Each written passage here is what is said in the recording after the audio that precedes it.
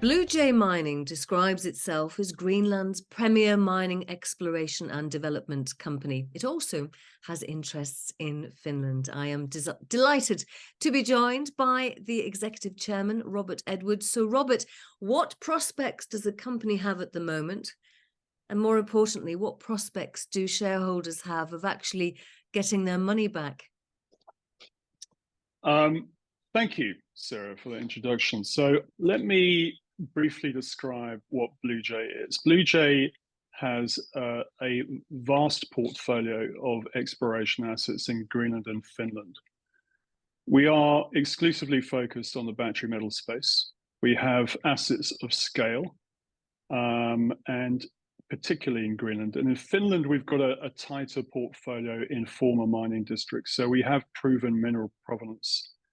And we have 3 licenses there, which we are looking to progress into the future. In Greenland, our assets are earlier stage, but they are truly spectacular in terms of their potential. The company historically had a mineral sands project, which it focused a lot of time and money on, which didn't meet expectations. So we've put that on the back burner, although we will, of course, try and realize value from that, either in partnership or by selling the project at some stage in the future. But our primary focus is drilling out high value targets in Greenland and Finland. And when I mean high value, I mean high grade and high tonnage. So that is what we aim to do. And you mentioned shareholders getting their money back. Obviously, it's been a torrid year for investors in the AIM space, particularly in natural resources and particularly in exploration. We have been in a classic risk-off market. We've been in a market starved of liquidity. And also, many fund managers and retail investors have a number of loss positions on their books. So it's very difficult to form a positive narrative in that market. It's very difficult to raise money. We rely on shareholders to support us. We don't generate revenues. But I'm pretty confident that we are at an inflection point now. Markets have firmed up over the past week or so. There is a prospect of a turn in interest rate cycle into Q1, Q2 next year. And I think that, with some of the big investment banks calling the bottom of key indicators like copper markets, even the PGMs coming back and rallying a bit, nickel's hit a bottom, it's into the cost curve now. People can feel a little bit more confident that the risk-reward ratio is pointing up. So you say you have a vast portfolio, but vast portfolio to me means expensive. So does the company have any cash? We've raised de minimis cash this year. We've tried to be tactical, but one of the things, as I've said as I keep on saying to people, is I'm not delivering a dream here without any money. So, and I'm not delivering any returns to people unless the company is actually in business. So number one priority, it's about being very careful with money, being tactical with money, trying to attract strategic investors into investing at the subsidiaries which hold our assets, not at the topco level, which we want a level which we are much more careful or have to be much more careful about issuing equity at. So yes, it's kind of been a brutal year for fundraising. I saw a statistic the other day which pointed to the AIM market having had its worst year for 24 years in terms of raising money. So we're acutely aware that the sector hasn't delivered in the past few years. Bluejay hasn't really delivered in the past few years, and the funding environment is very, very tight.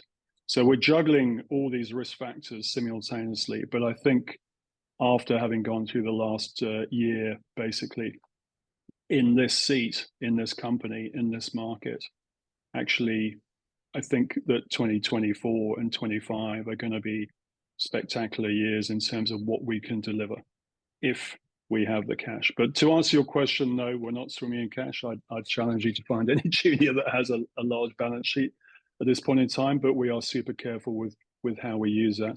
And obviously, we need to deliver milestones, and that's what's going to drive our share price up. And we need to deliver milestones to be able to assure people that we have a multi-fold potential to increase our equity. Okay, so you are surviving, and you're talking about delivery and deliverance there. So I'm wondering, at what stage of development are your assets at, and are there any political hurdles to overcome in terms of environmental sensitivities there? Sorry, that's quite a loaded question. No, sure, and I think, well, one definitely leads into the other. So I made reference to strategic partners. I just want to link in maybe a bit of the last theme into the theme about actually getting boots on the ground and how we operate in our jurisdictions, because I think we're very well placed in that regard relative to other places in the world. So the rationale of getting strategic investors in is that there is this dichotomy at the moment. So the junior market has kind of changed. I think it's fair to say that it may have changed permanently. So juniors need to be smarter about how they fund themselves. We have seen projects be funded by OEMs, car companies, governments, and big mining companies. If a junior has a good project, it will get funded, but it's not going to be funded through a traditional equity raise and coming back for more equity and coming back for more equity, which is the funding model for junior companies all over the world. If you've got a good project, and I believe we do have very good projects, you will get strategic interest, and we are seeing that. Why we are attractive? We've got assets of scale, but also in jurisdictions which, certainly in the case of Finland, is a tier 1 jurisdiction. It's one of the top 1 or 2 mining jurisdictions in the world right now. Finland is seeing activity and funding coming in from a Rio, a BHP, Anglo, etc., and others. Agnico Eagle operate a very successful operation there. It's a jurisdiction which understands mining, which is amenable to mining. We operate in the south of Finland, near Kuopio, so in an established mining belt, Outokumpu, which was one of the great Finnish mining companies of days gone by. We basically have a lot of their former licenses with former mines on them. So not only do we have proof of being in a fertile mineral district, we have a mining culture, we have mining people, we have a very strong local team. So Finland's fine. In the north of Finland, I think your issues with indigenous people are a little bit more complex, but they're not insurmountable. There's activity all over Finland in the mineral sector, which goes across into Norway as well. In Greenland, it's kind of at the moment, I think that Greenland has had mining in the past. The Black Angel mine operated for 20 years. They're very close to where we have our big zinc prospect, Kangerluarsuk. It's just south of us, and we aim to leverage the presence of former infrastructure to be able to ease our exploration campaign in the future. That was a well-known and really iconic base metals mine in Greenland. There are other projects in Greenland. Greenland only has a few tens of thousands of people. It's a vast continent. It's populated in very small settlements generally. Notionally, they're supportive of mining. There's only been one case recently which has got the headlines where a large rare earth project was stopped because there was a change in the status of the license, which was pretty contentious. And I think the Greenland government need to be clearer about whether they are, in a position to really embrace big mining projects. I think they are. There's every indication that that's the case. Plus, you're in between Europe and North America. Both those continents are very keen to secure long-term supply of critical minerals. So geographically, where they are is perfect. Dealing with the climate, that's doable. There are many mines in Arctic environments. Exploring is a little bit trickier. We've got to be very well organized about our exploration season because they're quite short. But there's no reason why Greenland over the next 5 to 10 years can't be a material supplier of critical minerals into North America and into Europe. That's why I joined the company. Okay, Robert, this is very high level, and we're talking, you've gone right up to the macroeconomic level, but we're just wondering, where does Bluejay Mining fit in now? And what's you talked about boots on the ground. So what's occurring in both of those jurisdictions at the moment? And I'm assuming that there's no problems with the Inuits in Greenland and the Sami in Finland. No, we don't have those. We don't have those issues. Our primary issue is that we have many projects. So what do we do? Do we push one harder than the other? Well, our flagship project in Greenland is the Disko nickel-cobalt PGM project, which has district scale potential. That needs to be drilled. So our task number one is getting that drilled. We are in a joint venture with Cobalt Metals out of California, which is a new company ostensibly, but is very active in Zambia and other parts of the world. We are one of their very few joint ventures. We are in a 3-year, coming into the last year of a 3-year exploration joint venture with them. But our task is to make sure that project gets drilled, and there is a contractual obligation within our agreement that requires it to be drilled. But we are just at the beginning at Disko. It's a very, very exciting project, which has had a lot of people look at it over the years. It just needs to be drilled. That's what needs to happen. I think shareholders would be very receptive to the news that it is going to be drilled. So Kangerluarsuk, sorry. Carry on. Sorry, I interrupted. Kangerluarsuk is also fairly close to Disko. That is a large lead, zinc, silver, germanium and copper district, which has a 5-kilometer discovery zone, historical grab samples of over 40% zinc. That needs to be drilled. That's a drill-ready target. So really what we're gearing up to do is to drill both of those projects. It would be, if we could do that, the biggest base metals exploration campaign carried out in Greenland for decades. And that's really, really very exciting. Many juniors of our market cap are 1 or 2 medium-sized projects, wherever they are, South America, Africa, Europe, and Finland, but we're in that group. So the challenge for us is to unlock this. We are, because of our different geographical focus, we're in 2 countries. We've got a few projects.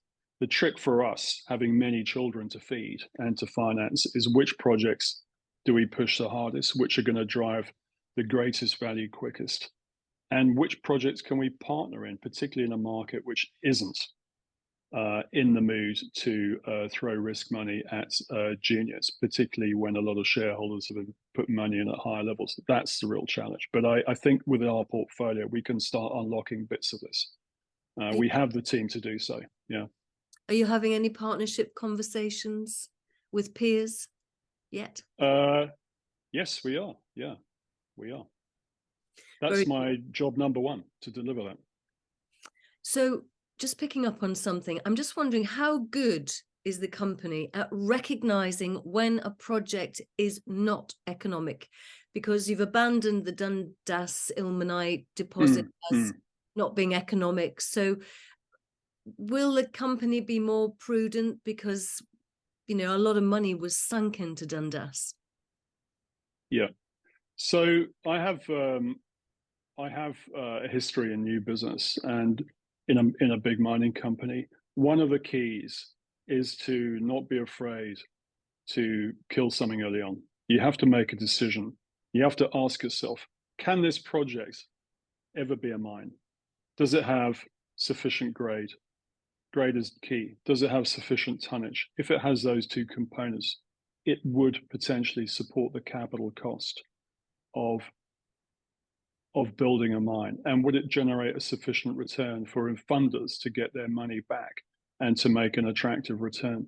So you can start making those calculations very early on. You won't have all of the answers earlier on, but you can certainly, you have to be scrutinous. If you're a single asset junior, it makes boards and management teams more reluctant to walk away from the project, because if they walk away from the project, then they have no reason to exist. We have the luxury of having a portfolio. So we can in theory, be much more efficient asset allocators. With Dundas, I think that there was a belief that it could be an operation. I think that the confirmation, what happened specifically with Dundas, is that confirmation drilling wasn't reconciled with earlier campaigns of drilling. So it created an uncertainty about the economics. And the other issue with Dundas is that many mineral sands around projects around the world have 3 revenue streams: have zircon, have rutile, and have ilmenite. Dundas just has ilmenite, so we're not getting the cream in terms of the difference between your operating costs and a decent margin. That wasn't obvious to us. And if you have those types of doubts, you have to just be able to say, we're not going to spend any more money on this. In an ideal world, that decision would have been made prior to the point that we had to make it. But it was tough to deliver that message to people, because people want an explanation as to why you left it so long. And, that differs from the narrative which the company had in the past. And that was a difficult message to deliver. Now, the good thing is that we are purely base metals focused. We have this portfolio. I don't think people have been able to kind of realize or be focused on the potential of that portfolio. So we aim fully to bring that to account for the benefit of shareholders. So you have money. You have money in the coffers. I'm just thinking about other forms of funding, because politically Greenland functions as part of Europe, and yet arguably as Greenland grows in autonomy, it grows closer to Canada economically and politically. So therefore, would a TSX listing be part of the strategy going ahead? We are certainly exploring other listings. I think there's certainly an audience in Canada. I think there's certainly an audience in Scandinavia as well. So there are other exchanges suitable for smaller cap companies. There's the First North Exchange in Stockholm, which is linked to NASDAQ. Obviously, the TXV is a classic example. There's even Australian listed companies which are active in Scandinavia, Kingsrose being one of them. So we need to broaden our access to capital.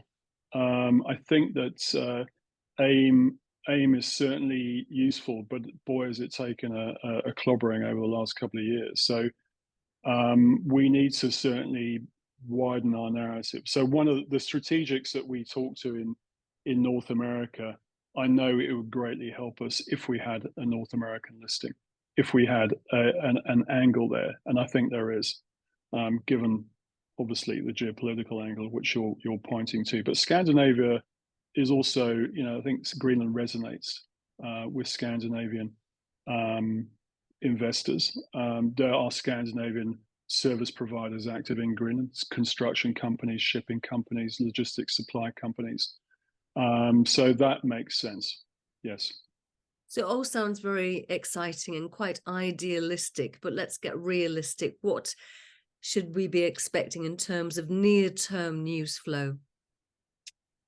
We are in the bunker, so to speak, with a couple of strategics to get those across the line. That's alongside survivability. That's my key aim. So yes, we aim to deliver that in the not too distant future. So what does that mean? Everyone would like a definitive date. Well, we are pushing as fast as we can. So we hope to have news on that front. And I think that would be hugely reassuring to people. It would be an external validation of what other people think of us, not what the market thinks on a daily basis. It's not sentiment driven. It's real dollars going into assets. Yes, so that's really, really what we're focused on. Lovely. Thank you very much, Robert Edwards, Executive Chairman of Bluejay Mining. Thank you very much indeed. Thank you, Sarah.